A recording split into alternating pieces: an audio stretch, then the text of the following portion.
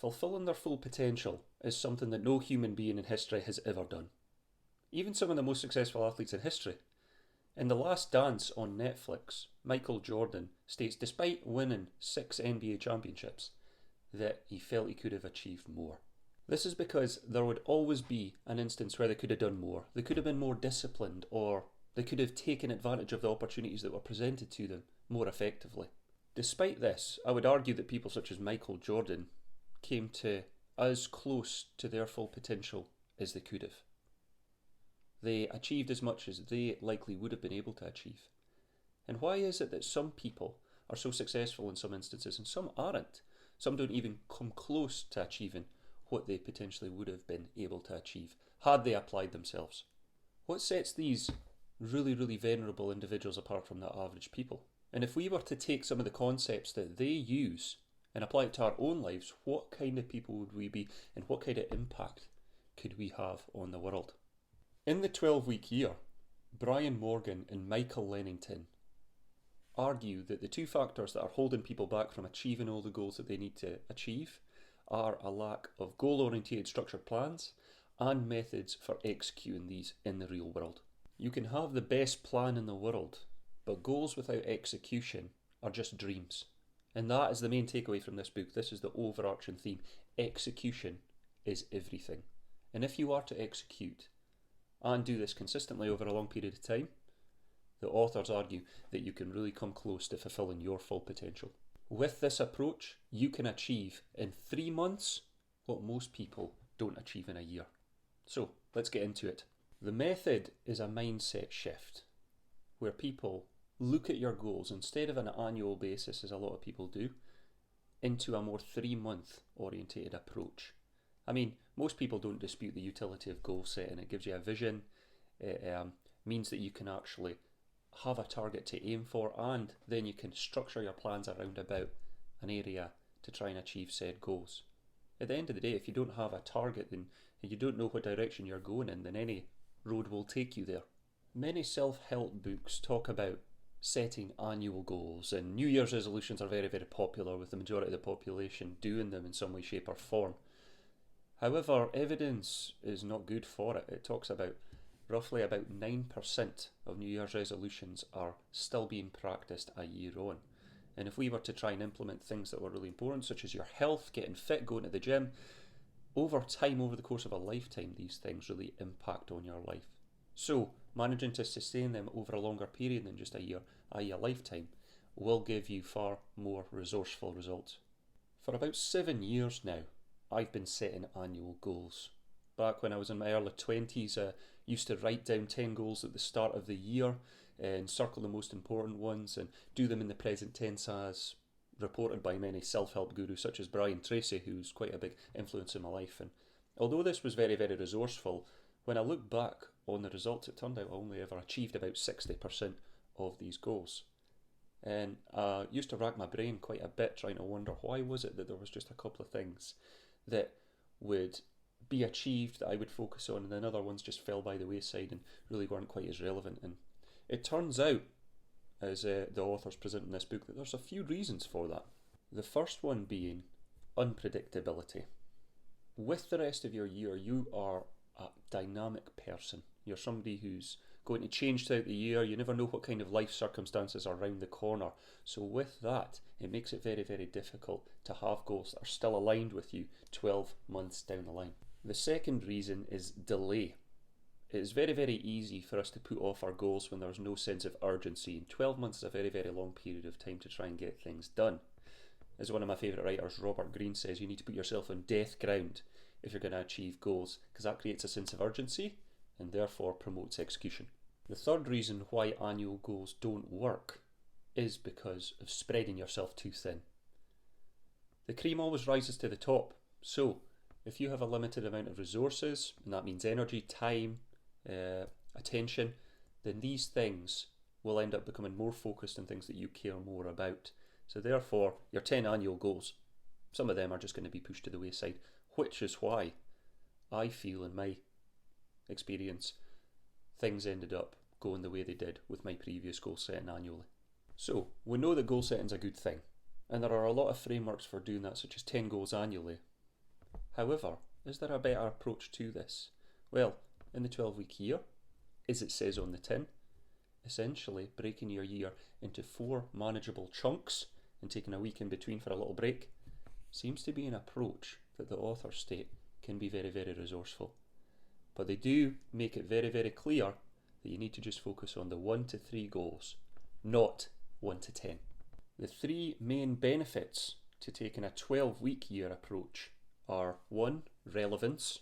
So it is such a short period of time over the course of 12 weeks that whatever goals you set for yourself, they are likely still to be relevant within that timescale. It's unlikely after a 12-week period that whatever it is that you set for yourself is going to be entirely irrelevant. You're unlikely to have a new child, you're unlikely to have a new job, etc., generally speaking. The second benefit to taking this approach is the time frame, which is really, really useful because if you think about it, the 12 weeks is a long enough period that you can achieve your goals, but it's short enough so that you can create a sense of urgency.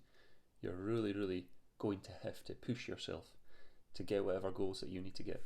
The third major benefit is a concept called periodization, which used to be implemented quite a bit with competitive athletes when we were trying to get them competent at one particular skill at a time, instead of spreading themselves too thin over a variety of different skills. So, if you were to just set even one goal, don't even go for 3 if you were to take this concept, just start with one goal, whether it's going to the gym on a regular basis, managing to go for a marathon, optimize your relationship to the best of your ability, just focus on that one thing, and then after that period, then you can go on to another goal, or 2 if you're feeling keen enough. A couple of added benefits to using this approach involve rescheduling, so the ability to try a new approach if your current 12-week year doesn't work, whereas if you were to do annualised goals and then you were to fall to the wayside, it could be 6, 7, 8 months down the line before you start going, oh, right, this might be a good idea to reassess. With this approach, you're always going to be on it and trying something new if your current method isn't working. Consistency. There is a greater pressure to be consistent when trying to achieve your goals when you're taking a 12-week year approach. When you're in taking an annualised idea of your goals, then missing 1 week out of 52 equates to just under 2% of your entire year. So you can go, it's not a big deal, it's fine, it's okay. However, if you're taking a 12-week year approach and you're trying to achieve your goal in that period of time and you miss a week, then that 1 week equates to just under 8.5% of the entire period of time that you have to get closer to achieving that goal.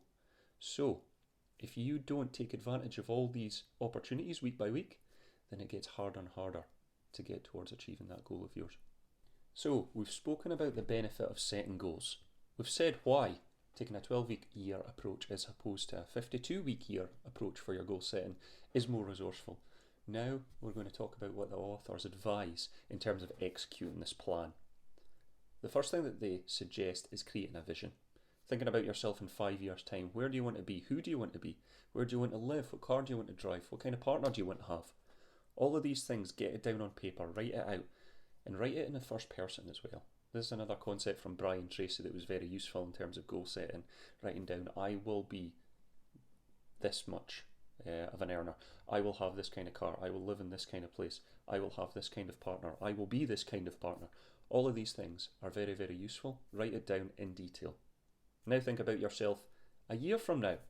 Where exactly are we going to be in that situation? That'll only be about 20% along the line towards your 5-year goal. So once you've gotten these 2 pieces in place, then we need to break that down further. So we're starting from the end and working our way back. Next is time to set your goals for this next 12-week period. Write it down in the calendar. Say this is the actual timescale that I've got. This is the date when I'm going to start reviewing these goals that I set. And only 1 to 3. Initially, I would just recommend the 1. As the Pareto principle states, about 80% of your efforts will equate to only 20% of the outcomes, whereas 20% of your outcomes, the really, really important things that you nail down, can equate to 80% of your positive outcomes. So, really narrowing down the things that mean the most, the best bang for your buck, that is where you're really, really going to see a big impact. So just set the one goal, and once again, write it in the first person. Write it, I weigh this much. I can run this far in this period of time, whatever the case may be. Finally, you want to create a plan. Create a plan about how you're going to get closer to achieving that goal. Every single day, implementing those small efforts that consistently over a long period of time make the changes that you're really after.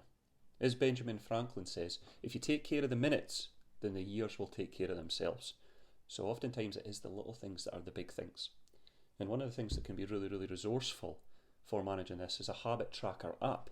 The app that I personally use is actually called Habit Tracker, and you can get it for free online in the App Store or in your Google Play Store. But certainly that's quite useful. And what it also does is you can write out 5 goals, I think, for free. Oftentimes I would do it in the morning if I was doing my morning routines, whether it's a cold shower, run in the morning, whatever it is. And every time you do achieve it, you can just slide it across and then it goes bing, which is quite satisfying as well. And that gives you a little hit of dopamine, so that can be quite resourceful for trying to maintain your habits over a long period of time, especially if it's going to be quite tricky in those early stages to maintain them as best you can. The 4th step to executing this plan is to measure your progress. And the authors recommend a weekly review. Every single week, having a look at your scoreboard, seeing how things are going. As John Wooden, the very, very famous basketball coach over in America, said, don't keep looking at the scoreboard. Play your game plan, right? And if you keep looking at the scoreboard, then you're going to be distracted from the actual execution day to day. However, if you look at your review every single week, look back in your habits, see how things are progressing, then over that period of time, then you can reassess and say, okay, this isn't working, that isn't working. It might be that you're trying to get up and go for a run every single morning. Maybe that's not right for you. At the end of the first week, okay, I've done that 2 out of 7 times. Maybe next week I need to try something a bit different. After work, before you go to bed, I don't know. All of these simple applications can make a huge, huge difference in the long run. The key to success, the authors state, in the 12-week year is to try and hit your habits and execute your tasks at least 85% of the time. So if we were to use that example of running, if you set a goal to get up every single day and run, you would have to hit it at least 6 times out of 7 for that percentage to be above 85%, and then you would achieve what they term excellence. My experience with the 85% achievement approach is something that I don't think should be so set in stone. I don't think you should beat yourself up, because oftentimes if you're being quite critical of yourself when you're talking about these things, then that can often be quite unresourceful for maintaining your goals as well. It's all about a little bit of balance. You need to push yourself to a certain degree, but then also not berate yourself and have some kind of negative internal dialogue that's giving you grief all the time, because who wants to be spoken to like that, especially if it's to yourself. So the experience that I first had with setting the 12-week year was back in January 2022, and I set 3 goals. One was achieve optimal health, second was deadlift 315 pounds, and the third was to review 12 books. At that point I was very into reviewing books, and every single week if I could do something like that, then that would be quite useful, I felt. So my goals were a little bit fluffy, especially the achieve optimal health. What exactly does that mean? It's not very specific. But the second one was quite good, deadlift 315 pounds. It was specific, it was measurable, it was attainable, it was relevant to my strength, and it had that time frame. So SMART goals are something that is very important to set with these if you can. I could do a video on that at another time. I do that quite regularly with my physiotherapy practice, so if anyone would find that resourceful, please do comment below. But during this first 12-week period, I achieved 0 of those goals, not 1. There was changes in terms of job situation with myself. I had a bout of long COVID. There was quite a few factors that was going on in my life, but I learned a lot about myself, and that's one of the most important things that I have taken from this approach. The weekly review is so important to try and decide what kind of person you are. And the thing is, you could get the perfect routine, you could really get things in stone, you could be flying, and then all of a sudden in your next 12-week year you could be miles off. And the reason being because we're dynamic. We are constantly evolving, we're constantly changing. That's what human beings are. And the thing is, that's what makes it so exciting and so fun. Because you're a constantly evolving person. Your partner's a constantly evolving person if you have one, and everybody else that you live with and work with and spend time with. That is what's so fun about being a human. Getting to know yourself is something that is a continual, ongoing process, and that's never going to end. So, if we compare my goals in January 2022 to January 2023 for the 12-week year. It's a little bit different. So I only set one goal, and it was titled Basics Right. Just get the basics right. Never be late. At this point, I think I was being quite late quite often in terms of my work situation, and I was also doing a part-time job, and I was late for that on a few occasions as well. And I grew up being late. I was pretty much born late, and getting to school and things was always a bit of an issue. So I decided I'm going to implement this, and I set several actions in place to try and facilitate this, and it was involving a morning routine, and that involved getting up at 6:30 a.m, which then I adapted for leaving work for 7:15, but then adapted to 7:20 later, so that gives that flexibility in the goal. Putting a phone at the side of the room as opposed to right next to me, straight up to the bathroom after waking up, and then putting on the lights so that I could get that light straight away, which promoted myself getting up instead of tossing and turning in bed, playing with my phone, etc. Jumping right into a cold shower, which was always lovely. Unlike my goals in January 2022, this one I did achieve consistently, and it had such a positive implications for my life. And you think, why being early is going to make such a difference to all the different areas of your life? Well, I was less stressed, I was more confident because I'd actually achieved something. I was managing to get up and be a bit brighter, so therefore I was a better physiotherapist day to day when I was in my clinical practice. I was managing to get into routines in the morning that were really resourceful, such as taking multivitamins, cold showers, going for a run at this point when I was first waking up. So there was a lot of other positive things that would end up coming off of just focusing on this one thing that accounted for more than all of the rest of them put together. And that's where this Pareto principle comes in. 20% of your actions accounts for 80% of your results, and it certainly was the case for me. And staying consistent with my weekly reviews, that got me to build up a much better relationship with myself to see what works for me. And that'll be different for you and everybody else. The 12-week year is my favourite goal setting framework to date. And it's been very effective with me in my experience. And I would certainly encourage you to buy the book to soak up some of the insights that I have inevitably missed in my review here today. Thank you for watching. I'll see you in the next video.